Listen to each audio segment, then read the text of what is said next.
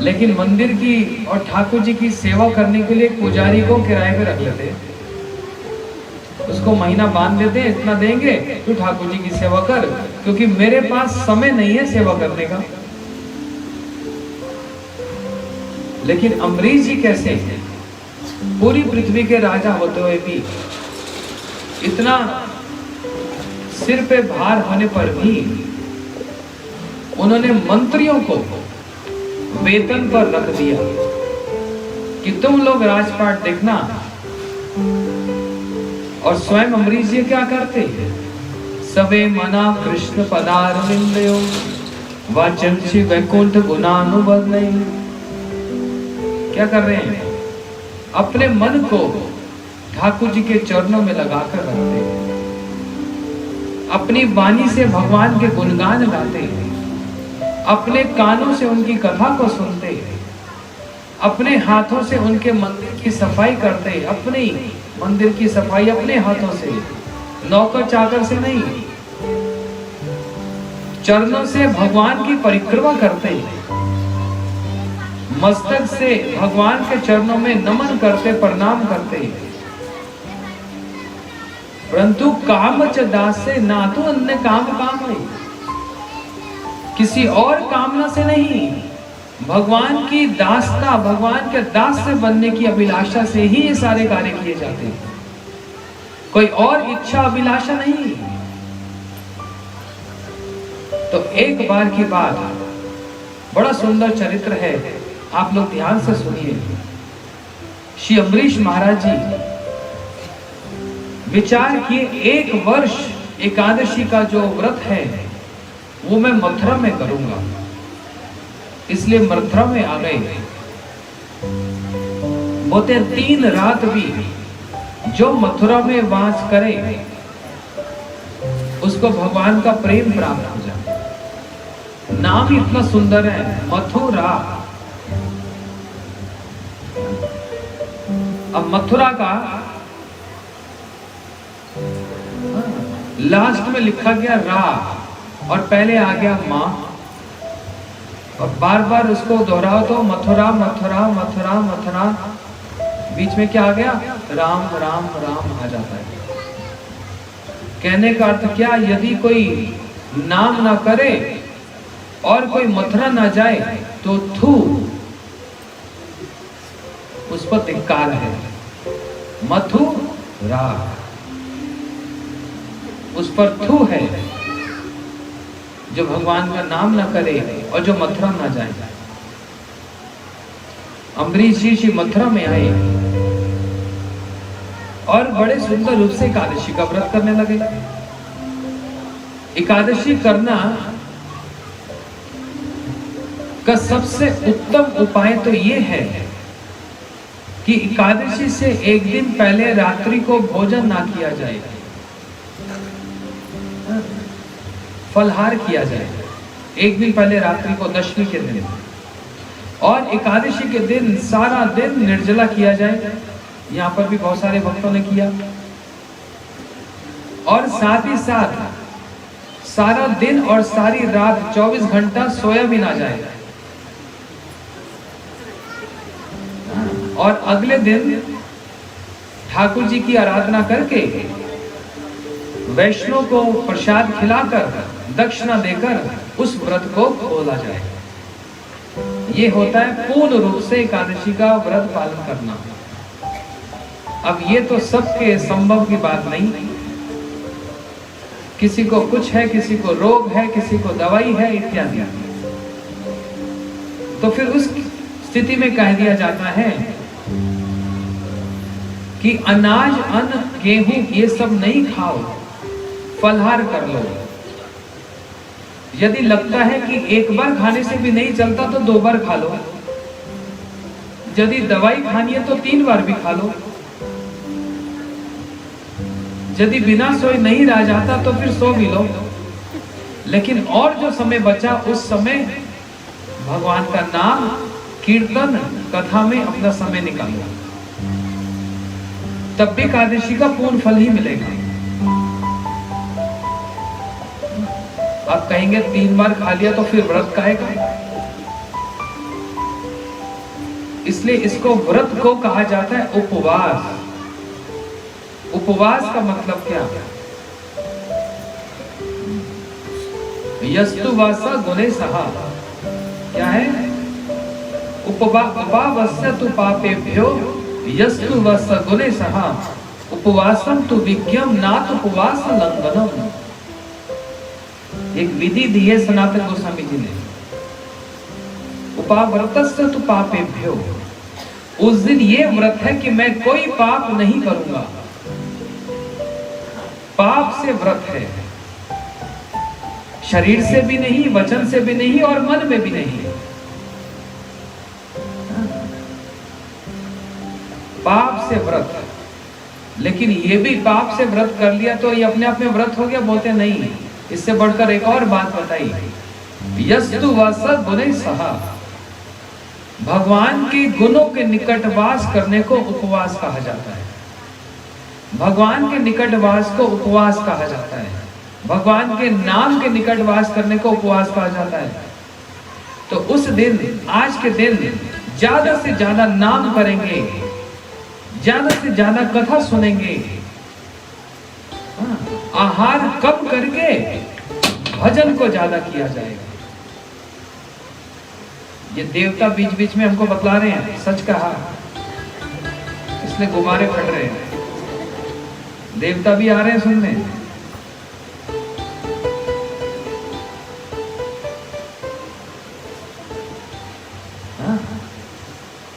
भगवान के निकट वास करने को वास्तव में उपवास कहा गया है।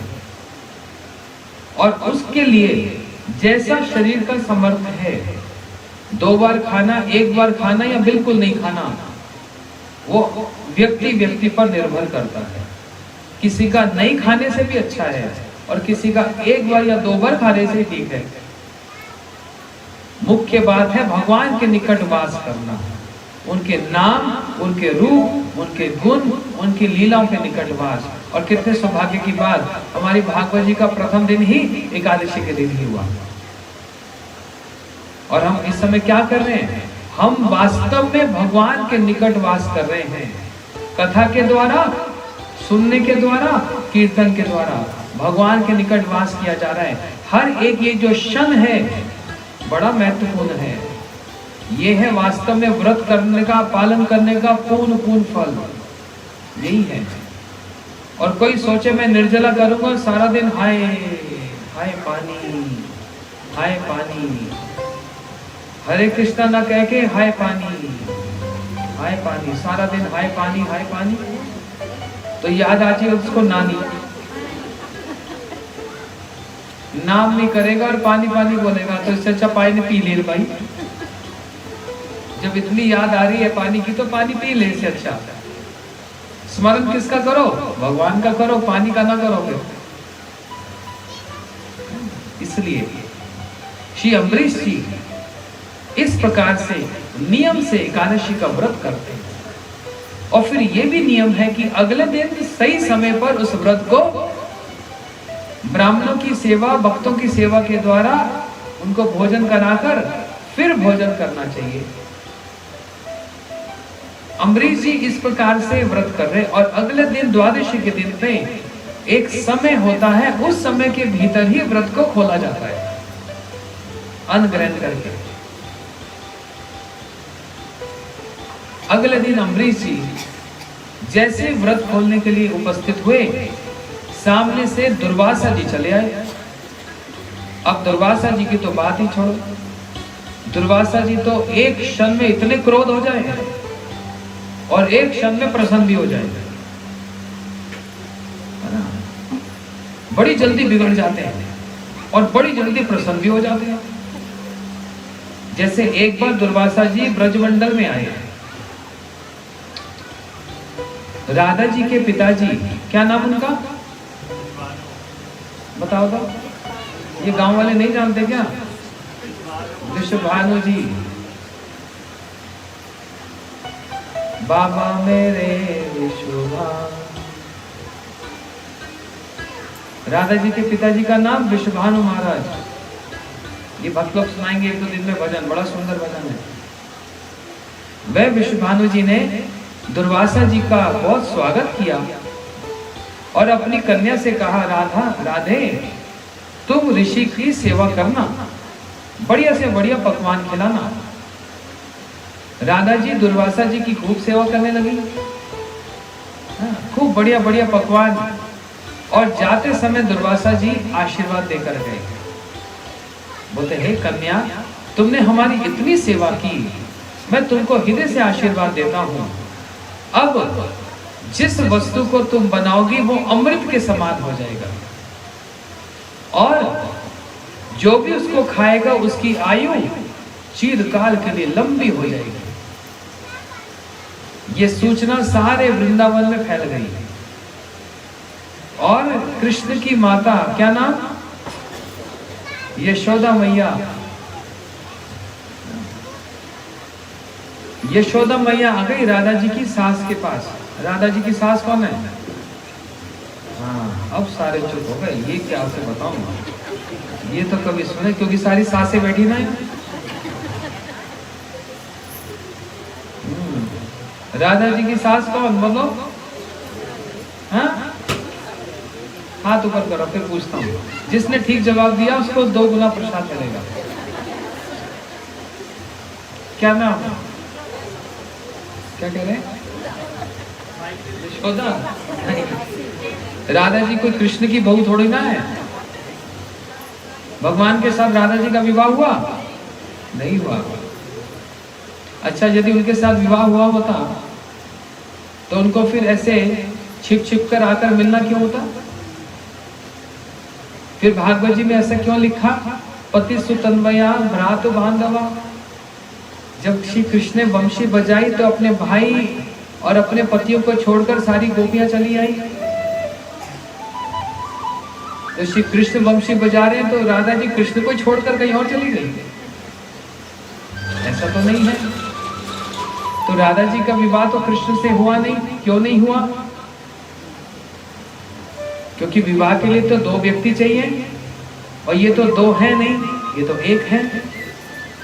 कृष्ण शक्तिमान और राधा जी उनकी शक्ति। जैसे अग्नि जलती है ना, अग्नि के अंदर तेज भी होता है और जलाने की शक्ति भी होती है, दाही का शक्ति। तो कोई अग्नि के अंदर से तेज और दाही का शक्ति को अलग कर सकता है? ऐसे ही राधा कृष्ण को कोई अलग नहीं कर सकता, क्योंकि वो एक ही आत्मा और 2 शरीर है। इसलिए उनका विवाह नहीं हुआ। विवाह तो द्वारका में रुक्मिणी सत्यभामा के साथ हुआ। राधा कृष्ण जी का विवाह तो हो ही नहीं सकता, ये तो एक ही आत्मा है। इसलिए राधा जी का विवाह हुआ किससे? आयन घोष। हाँ, ये ठीक बोल रही, होशियार है। आयन घोष अभिमन्यु, वो महाभारत वाले अभिमन्यु नहीं, ब्रज के अभिमन्यु, उनसे राधा जी का विवाह हुआ। हाँ, और राधा जी की सास का नाम है जटिला, बड़ी जटिल स्वभाव की है। और राधा जी की नंद का नाम है कुटिला, बड़ी कुटिल है, बड़ी कुटिल है। इसको बार बार संशय हो जाता कि हाँ, मेरी भाभी राधा जी कृष्ण से प्रेम करती है और विवाह हुआ मेरे भाई से, ये तो बड़ी गड़बड़ है। तो एक बार सबको बतलाने के लिए कि जो राधा है ये पतिव्रता नहीं है, इसने एक षड्यंत्र रचा। किसने? नंद ने। कुटिला नाम उसका। एक घड़ा लिया जिसके अंदर 100 छेद थे, 100 छिद्र थे, और कहा कि जो भी महिला इस घड़े को जमुना जी के जल से भरकर लाए और एक बूंद पानी की भी ना गिरे, वही पतिव्रता है, वही सती सावित्री है। इसलिए राधा पहले, सबसे पहले तुम जाओ, है ना। राधा जी के सिर पे घड़ा रख दिया, 100 छिद्र है उसमें। राधा जी जमुना में जल लेने गई और लौट कर आई, एक बूंद पानी भी गिरा नहीं। कुटिला के तो होश उड़ गए, हाय मेरा तो नाम खराब हो गया। अब सब कहने लगे कुटिला तूने ही ये बात शुरू की, तू लेकर आ पानी। और कुटिला उस मटकी में पानी लेने गई, सारे छिद्रों से पानी निकल गया। बोलते पता लग गया कौन कितनी पतिव्रता है। राधा जी जो सब समय कृष्ण की ही सेवा करती हैं, कृष्ण का चिंतन करती हैं, वही वास्तव में पतिव्रता है। क्योंकि कृष्ण कोई पर पुरुष नहीं है, कृष्ण ही वास्तव में परम पुरुष है। एक होता है पर पुरुष, समझते हैं? एक तो हमारे पति और एक जो दूसरे कोई हो तो वो उसको कहा जाता है पर पुरुष।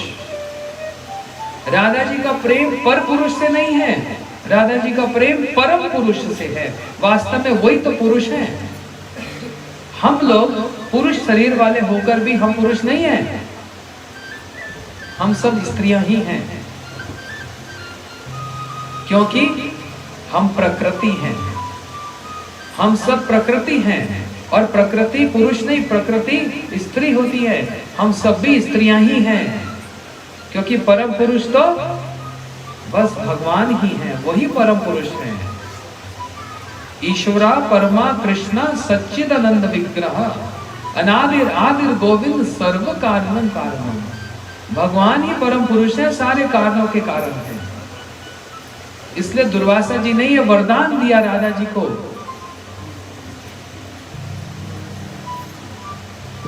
दुर्वासा जी ने आशीर्वाद दिया, और लेकिन जब बिगड़ने पे आए तो छोटी छोटी बात पर बिगड़ जाए। अगले दिन अम्बरीश जी जब व्रत को खोलने के लिए उपस्थित हुए तो दुर्वासा जी चले आए।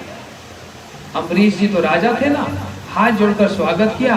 अहो भाग्य मेरा, अहो भाग्य, हमारे जैसे गृहस्थियों के घर में आप जैसे सन्यासी आए, हमारा तो अहो भाग्य, हमारा कितना उपकार करने के लिए आप आए। सन्यासी किसी के घर में खाने के लिए नहीं आते, उनके पास खाने की कमी नहीं है, रहने की कमी नहीं है। वो आते किस लिए? इसलिए आते हैं कि वे हमको भगवान की कथा सुनाएं, वे हमको भगवान का भजन करवाएं। इसलिए वो आते हैं, इसलिए वो हमारी सेवा करने आते हैं, ना कि हमसे सेवा लेने आते हैं। जैसे घर में आप लोग माता पिता हो, छोटे छोटे बच्चे हैं, आप बच्चों की सेवा करते हो कि बच्चे आपकी सेवा करते हैं? बताओ तो। माता पिता तो बच्चों की सेवा करते हैं ना। ऐसे ही जब गुरु जी घर में आते हैं तो गुरु जी ही वास्तव में सेवा करने आते हैं। क्या सेवा? भक्ति को बढ़ाने के लिए, नाम सुनाने के लिए, भगवान की कथा सुनाने के लिए आते हैं। यही उनके आने का प्रयोजन है। तो अम्बरीश जी ने कहा दुर्वासा जी आप आए, अहो भाग्य, आइए मैं आपकी सेवा करूं, कुछ खिलाऊं। बोलते मैं अभी नदी में स्नान करने जा रहा हूं, आप तैयारी करो, मैं आता हूं। यहाँ पर दुर्वासा जी तो नदी में स्नान करते करते मंत्र में आविष्ट हो गए, और यहाँ पर व्रत खोलने का समय निकलता जा रहा है। अब अम्बरीश जी विचार करने लगे, करूं तो क्या करूं? यदि मैंने दुर्वासा जी के आने से पहले भोजन कर लिया तो ये अतिथि का अपमान होता है। और ये अतिथि तो साधारण नहीं, तो ब्राह्मण है, ये दुर्वासा जी सन्यासी हैं। और यदि मैंने व्रत नहीं खोला तो मेरी एकादशी का व्रत निष्फल हो जाएगा। देखो हमारे आपके साथ भी स्थिति आ सकती है। अतिथि को खिलाए बिना अगर हमने कुछ ग्रहण कर लिया तो दोष लगता है। क्या कहते हैं? अतिथि देवो भव, भगवान के समान माना जाता है। और दूसरी ओर एकादशी का व्रत भी यदि समय पे नहीं खोला जाए तो व्रत बेकार हो जाता है, निष्फल हो जाता है। तो अम्बरीश जी विचार करने लगे ऐसी स्थिति में क्या करूं। तो विचार किया यदि मैंने एकादशी का व्रत सही समय पर नहीं खोला तो एकादशी निष्फल हो जाएगी। और दुर्वासा जी इन्होंने यदि देख लिया कि मैंने कुछ ग्रहण कर लिया, ये तो शाप दे देंगे, शाप लगेगा शरीर को। और एकादशी का व्रत ये शरीर से संबंधित नहीं, ये आत्मा से संबंधित है। इसलिए शाप तो शरीर को लगेगा, ज्यादा से ज्यादा भस्मी कर देंगे लेकिन आत्मा को तो कोई भस्म नहीं कर नहीं सकता। न जायते मृते वा कदाचित, आत्मा को कोई ना मार सकता है, ना उसको गीला कर सकता है, ना कोई सुखा सकता है, ना कोई काट सकता है। तो अम्बरीश महाराज जी पूरे हृदय से तय कर लिए, हृदय से तय कर लिया कि मैं एकादशी का व्रत समय पर ही अपना पारण करूंगा। फिर भी ब्राह्मणों से पूछा, यदि ब्राह्मण कहने बस फिर तो कोई दोष नहीं लगता। ब्राह्मणों ने कहा, अम्बरीश जी आपने निर्जला व्रत किया है, इसलिए आप भगवान के चरणामृत से व्रत को खोल सकते हैं। और जल पीना, चरणामृत पीना भोजन में आ भी जाता है और नहीं भी आता। अम्बरीश जी तो पहले से ही तैयार थे। अब ब्राह्मणों ने और कह दिया तो उन्होंने एकादशी देवी को प्रणाम किया और वो जल पान, चरणामृत पान कर लिया। दुर्वासा जी ने अपने योग बल से देख लिया, मेरे आने से पहले अम्बरीश ने पारण कर लिया। बड़े क्रोधित होकर दुर्वासा जी वहां पर दौड़े दौड़े चले आए। तुम गृहस्थी हो, मैं सन्यासी हूं, मेरा ऐसा अपमान किया तुमने। एक कोई साधारण अतिथि नहीं, मैं एक सन्यासी हूं और तुम गृहस्थों का इतना समर्थ है कि तुम सन्यासी का आदर नहीं करोगे। एक जटा निकाली और कृत्यानल अग्नि का गोला प्रकट कर दिया और कहा, जाओ अम्बरीश को जला दो। इतने क्रोध देखो, शाप देने पे आए तो बस कुछ सोचे ही ना, बस जला दो। अम्बरीश जी उन्होंने दूर से देखा, एक अग्नि का गोला व कृत्यानल आ रही है मुझको जलाने के लिए, और अम्बरीश जी तो परम भक्त हैं, हाथ जोड़कर खड़े हो गए जैसे भगवान की इच्छा। जाको राखे साइया, मार सके ना कोई, राखो कृष्ण मारे के, मारे कृष्ण राखे के। यदि भगवान मारना चाहे तो कौन बचाएगा, और यदि भगवान बचाना चाहे तो किसका समर्थ है मारने का। तो भक्त सब समय भगवान पर पूरे निर्भर रहते हैं।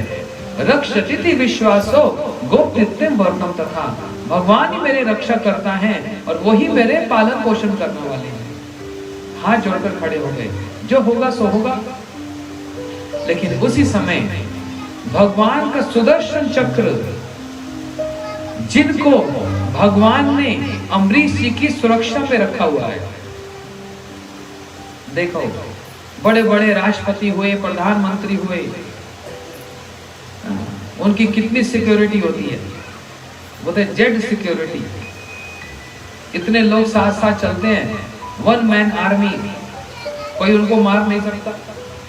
लेकिन ऐसे कितने प्रधानमंत्री हुए जिनको गोलियों से छन्नी कर दिया गया, बम मार के भी उड़ा दिया गया, तो क्या ही सिक्योरिटी रह गई? कौन सी रक्षा रह गई? लेकिन भगवान की सिक्योरिटी देखो कैसी है। अम्बरीश जी की रक्षा के लिए सुदर्शन चक्र को लगा दिया, इससे बढ़कर तो कोई और सिक्योरिटी है ही नहीं। अपने चक्र को आदेश दे दिया कि अम्बरीश को तो अपनी सुध-बुध है नहीं, पूरी पृथ्वी के राजा अपनी सुरक्षा की चिंता नहीं करते और दिन रात मेरा ही भजन करते हैं, इसलिए सुदर्शन सब समय अम्बरीश की रक्षा के लिए तुमको नियुक्त करता हूं। और आज जब वो अग्नि का गोला आ रहा है, सुदर्शन चक्र उस अग्नि के गोले को पूरे स्वाहा करके और दुर्वासा के पीछे दौड़ने लगे। दुर्वासा जी ने देखा, अरे ये तो कोई साधारण नहीं, ये तो भगवान का चक्र है। और दुर्वासा जी तो दौड़े वहां से, अब सीधा ब्रह्मा जी के पास चले गए। हे ब्रह्मा जी, हे पितामह, हे सृष्टिकर्ता, रक्ष माम, मेरी रक्षा करो, मेरी रक्षा करो। ब्रह्मा जी ने कहा, दुर्वासा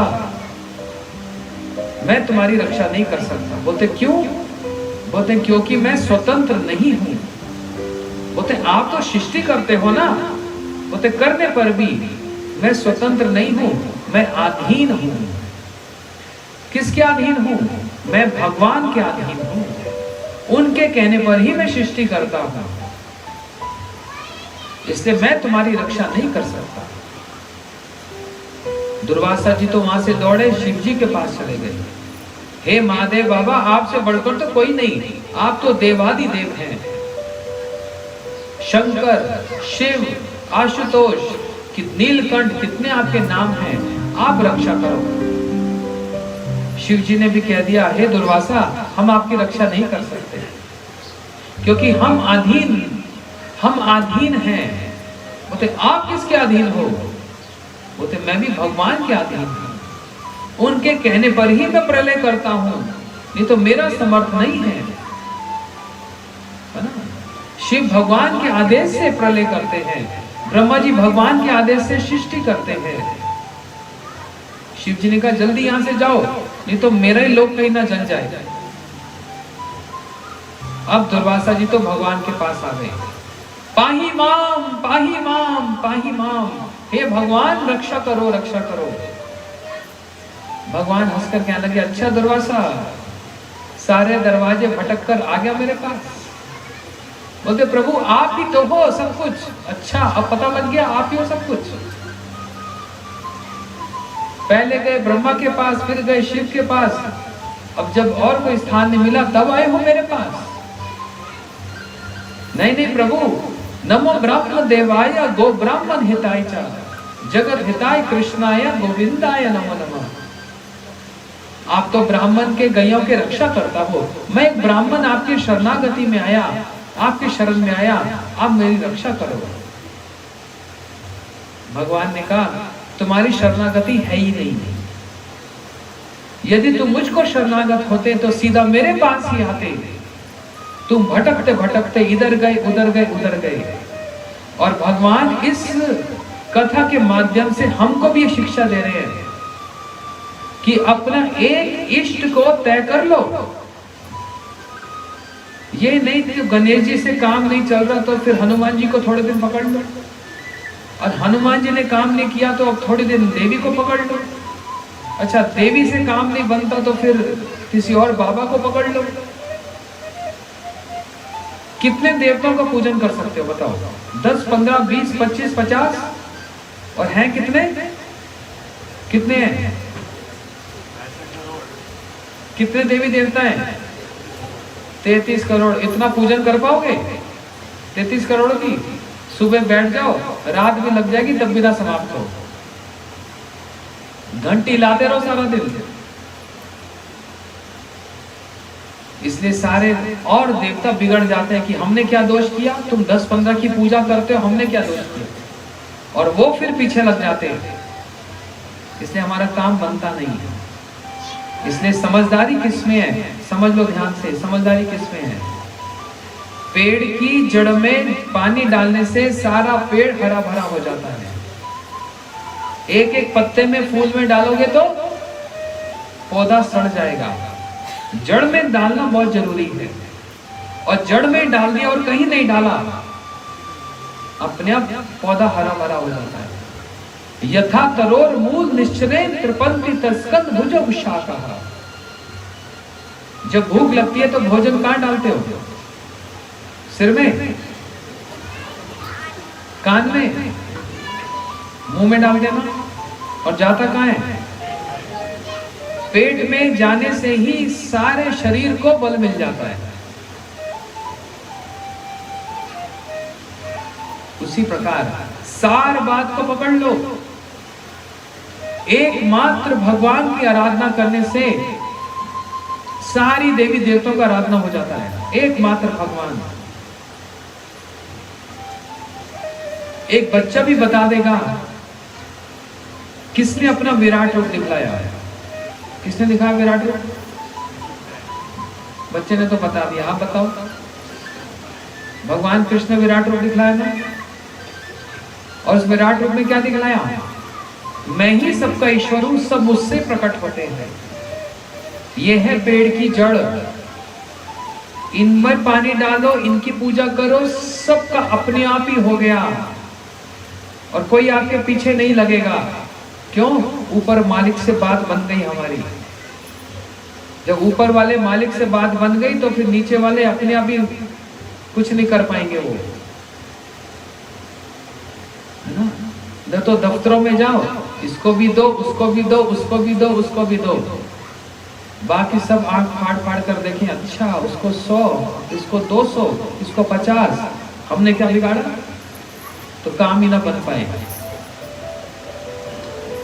और सीधा चीफ मिनिस्टर से, प्रधानमंत्री से बातचीत हो तो किसी को कुछ देने की जरूरत नहीं, ऊपर से ऑर्डर आ जाएगा, हे इसका काम कर देना। अच्छा सर। ऐसे ही भगवान से पहचान कर लो या पहचान बनवा लो तो सारे काम बन गए। तो भगवान कह रहे हैं दुर्वासा, सारे द्वार भटक के अब मेरे पास आया, तो मैं भी तुमको एक बात बतला दूं, मैं भी अधीन हूं। हैं? बोलते मैं स्वतंत्र नहीं हूं। दुर्वासा जी कह रहे हैं आप किसके अधीन हो गए? आप तो स्वतंत्र ईश्वर हो। बोलते नहीं, मैं स्वतंत्र नहीं हूं, मैं पराधीन हूं। बोलते भगवान हे प्रभु आप किसके पराधीन हो? बोलते अहम भक्त पराधीन है अस्वतंत्र द्विजा। मैं अपने भक्तों के अधीन हूं, मैं स्वतंत्र नहीं हूं। एक तरफ भक्त हो, एक तरफ भगवान, कौन बड़े? कौन बड़े? भगवान बड़े नहीं है, भक्त बड़े हैं।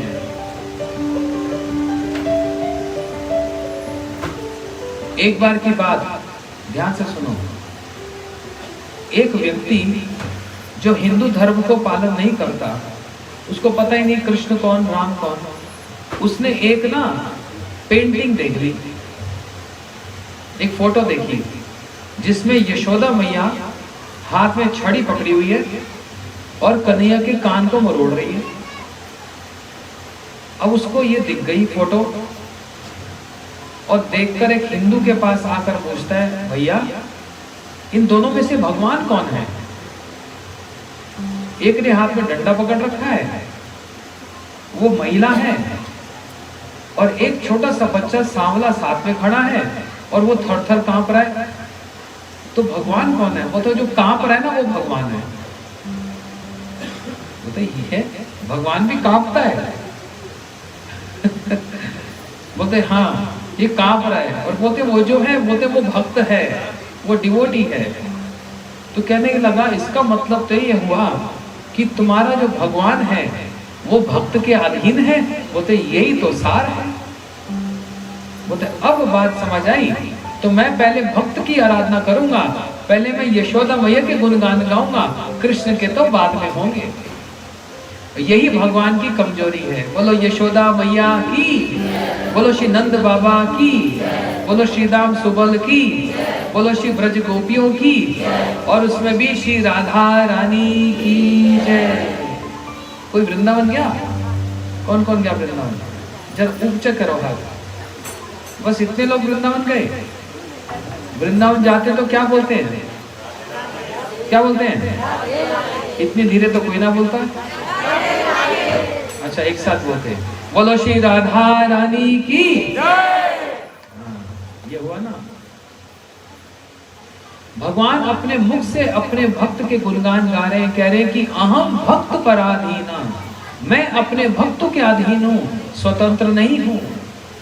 और वो भक्त मुझको वशीभूत कर लेते हैं। मैं निर्बंध हृदया साधु समदर्शिना वश्य कुर्वन्ति मद भक्तया सत्पत्नी सत्पति यथा।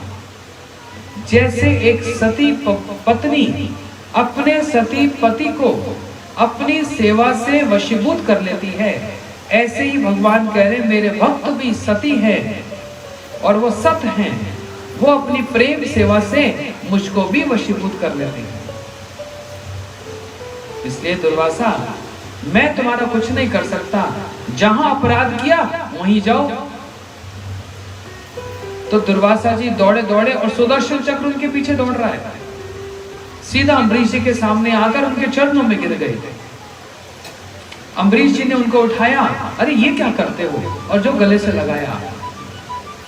दुर्वासा जी ने कहा, हे अम्बरीश जी मुझको क्षमा करना, ये सुदर्शन चक्र मुझको जला देंगे, आप ही शांत कर सकते हैं। संक्षेप में ही सुना रहा हूं। क्योंकि फिर ज्यादा विलंब हो गया तो माता कहेंगी कल नहीं आएंगी हम, तो बड़ी देर तक सुनाते ही है।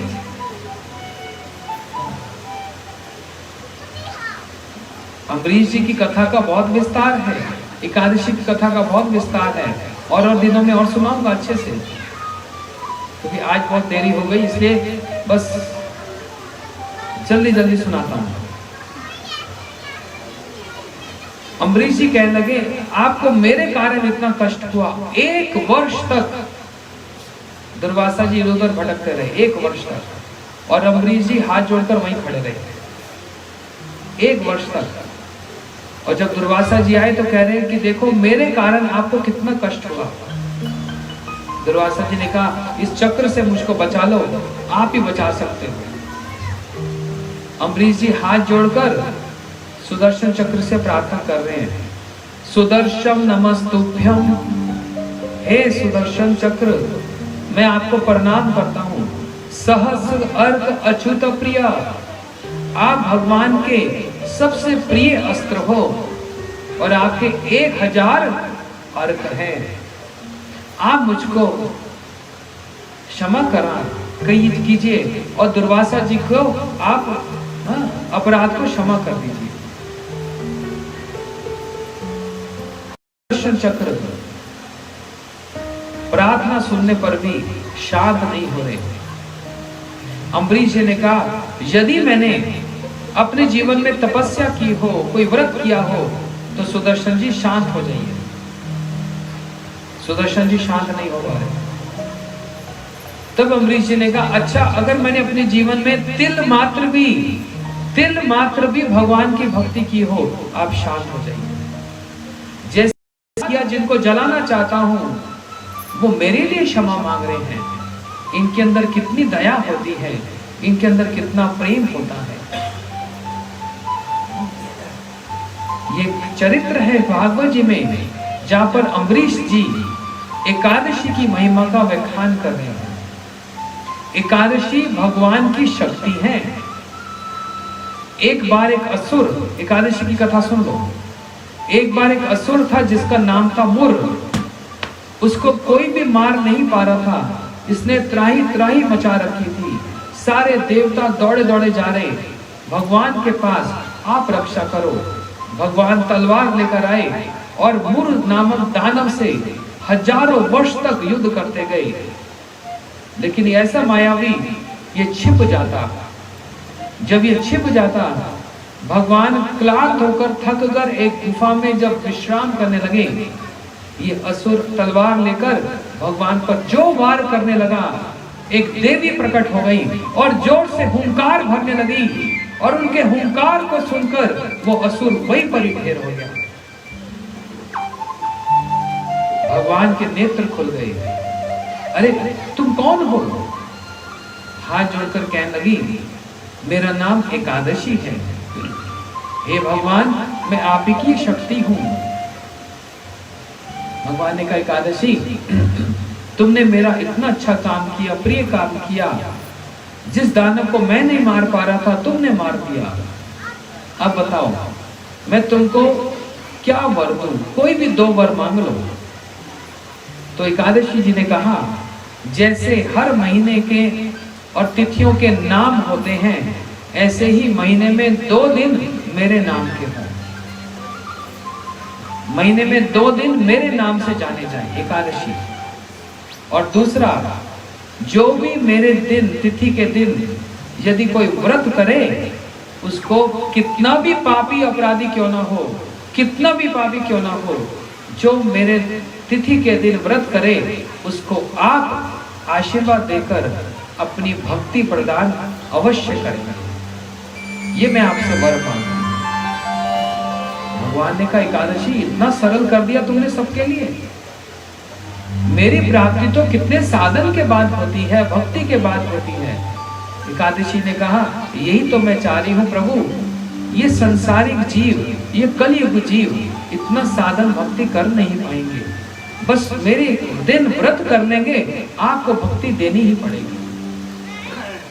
एकादशी जी ने मांगा और भगवान ने उनको वरदान दिया। ठीक है एकादशी, तुम्हारी तिथि के दिन कोई भी फलाहार करेगा, अन्न ग्रहण नहीं करेगा और उससे भी श्रेष्ठ मेरे नाम और मेरी कथा को सुनेगा, कहेगा, वो निश्चित रूप से मेरे आशीर्वाद का कृपा पात्र बनेगा और उसको भक्ति अवश्य मिलेगी।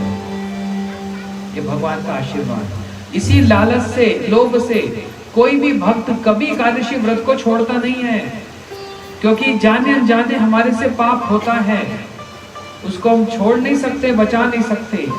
और एकादशी के दिन में जितने पाप होते हैं, भ्रूण हत्या करना, गो हत्या करना, ब्राह्मण हत्या करना, झूठ बोलना, जितने पाप सब अन्न के ऊपर आकर बैठ जाते हैं। उस दिन यदि कोई अन्न, गेहूं, अनाज कुछ खाता है तो पाप खाता है, और उस पाप का फल तो पता, फिर तो हाय हाय मचती है। मेरे साथ ही ऐसा क्यों हुआ, हे भगवान इतना कष्ट क्यों आ रहा है, ये दुख क्यों आ रहा है। ये भगवान थोड़े ना दे रहे हैं, अपने ही पाप कर्म सामने आ रहे हैं। हर पाप का प्रायश्चित है, लेकिन एकादशी के दिन में कोई अन्न खाता है उसका कोई प्रायश्चित नहीं है। उसका एक ही प्रायश्चित है बस, कि एकादशी का व्रत करना शुरू कर दो। यही व्रत है, यही प्रायश्चित है।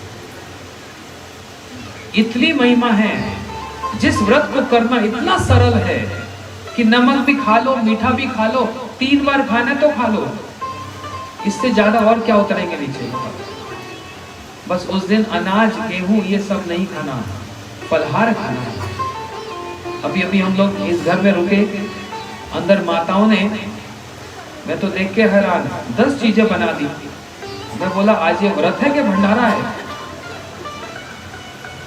बोले आज एकादशी का भंडारा है। 10 चीजें। अभी कुछ दिन पहले हम फरीदाबाद में थे, 25 चीजें बनाई एकादशी के दिन में। इतना कुछ बनने को है, और जिसको जानना है शाम को 6 बजे आना, बता दूंगा क्या क्या खाना है। इतना कुछ खाने को है, जो करना इतना आसान और जिसका आशीर्वाद इतना ऊंचा, जिसको करने से सारे जन्म जन्म के पाप समाप्त हो जाएं, क्यों हम लोग ना करें। एक बच्चे भी करते हैं। मैं अमेरिका में जाता हूँ, यूरोप में जाता हूँ, रशिया में जाता हूँ, छोटे छोटे बच्चे, स्कूल में जाने वाले बच्चे, वो भी एकादशी का व्रत करते हैं। अरे भूखा रहना थोड़ा है, एक व्रत होता है। इतनी सब चीजें खाने को है, अनाज नहीं खाना और भगवान का नाम करना, बस यही व्रत है। इतना सरल है। आज इस एकादशी तिथि की बेला पे और इस भागवत जी के प्रथम दिन में हम भगवान को प्रणाम करते हैं, भागवत जी को प्रणाम करते हैं। और श्री एकादशी तिथि, जिसको माधव तिथि कहा जाता है, ये भगवान की ही तिथि है। भगवान इस तिथि में वास करते हैं। हम उस एकादशी तिथि को भी प्रणाम करते हैं और प्रार्थना करते हैं, हे एकादशी देवी आप हमको आशीर्वाद दीजिए, जो आपने भगवान से वर मांगा वो वर हमको लग जाए, हमको भगवान की भक्ति मिल जाए। आप हमको ऐसा वरदान, ऐसा आशीर्वाद दीजिए। बोलो एकादशी देवी की, बोलो भागवत महापुराण की, बोलो सचिनंदन गौर हरि की, श्री श्री राधा विनोद बिहारी जी की। आज की कथा को यही विराम देते हैं। कल कितने बजे आना है? कितने बजे? कौन कौन नहीं आ रहा हाथ खड़े करो। अच्छा ठीक है, कल सब लोग 11 बजे आएंगे। हरे कृष्ण। अच्छा आरती की तैयारी है? जब तक हरे कृष्ण गोविंद गोविंद गोपाला, कृष्ण गोविंद गोविंद